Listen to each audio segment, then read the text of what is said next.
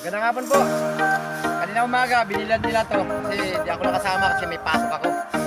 Sila na nagbilad nito. Ngayon, ito, nandito ako ngayon para tulungan sila magwalis. Ayun na namin to. Amuin na namin to. Lagyan namin sa sako para isalansa na dito.